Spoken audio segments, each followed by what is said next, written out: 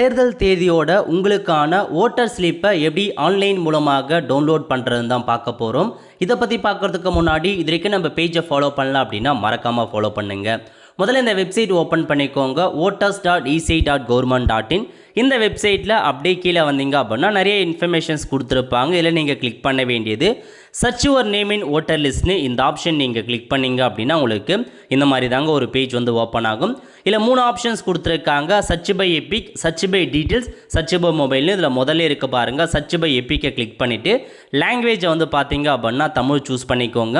இதில் voter ID card நம்பரை கேட்டிருக்காங்க. இதில் போயிட்டு உங்கள் ஓட்டர் ஐடி கார்டு நம்பரை கொடுத்துட்டு ஸ்டேட் வந்து தமிழ்நாடு அப்படின்ற ஆப்ஷன் நீங்கள் வந்து கிளிக் பண்ணிவிட்டு கீழே ஒரு கேப்சா கோடு கொடுத்துருக்காங்க பாருங்கள். இந்த கேப்சா கோடை நீங்கள் என்ட்ரு பண்ணுற மாதிரி இருக்கும். ஓகே, என்ட்ரு பண்ணிட்டு சர்ச் அப்படின்ற ஆப்ஷன் நீங்கள் கிளிக் பண்ணிங்க அப்படின்னா உங்களுக்கான எல்லா டீட்டெயில்ஸுமே வந்துருங்க.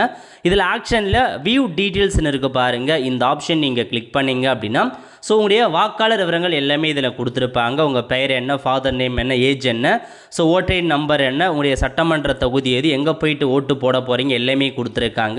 ஸோ இதில் கீழே இருக்க பாருங்கள் வாக்காளர் தகவலை அச்சிடவும் பிரிண்ட் ஓட்டர் இன்ஃபர்மேஷன். இந்த ஆப்ஷன் நீங்கள் கிளிக் பண்ணிங்க அப்படின்னா உங்களுக்கு இந்த மாதிரி தாங்க டவுன்லோட் ஆகி காமிக்கும். இதுதான் உங்களுக்கான ஓட்டர் ஸ்லிப். கீழே தேர்தலுக்கான தேதி ஒரு அனௌன்ஸ்மெண்ட் பண்ணி கொடுத்துருக்காங்க. ஆன்லைன் மூலமாக ஓட்டர் ஸ்லிப் இந்த மாதிரி தான் நீங்கள் செக் பண்ணுற மாதிரி இருக்குங்க.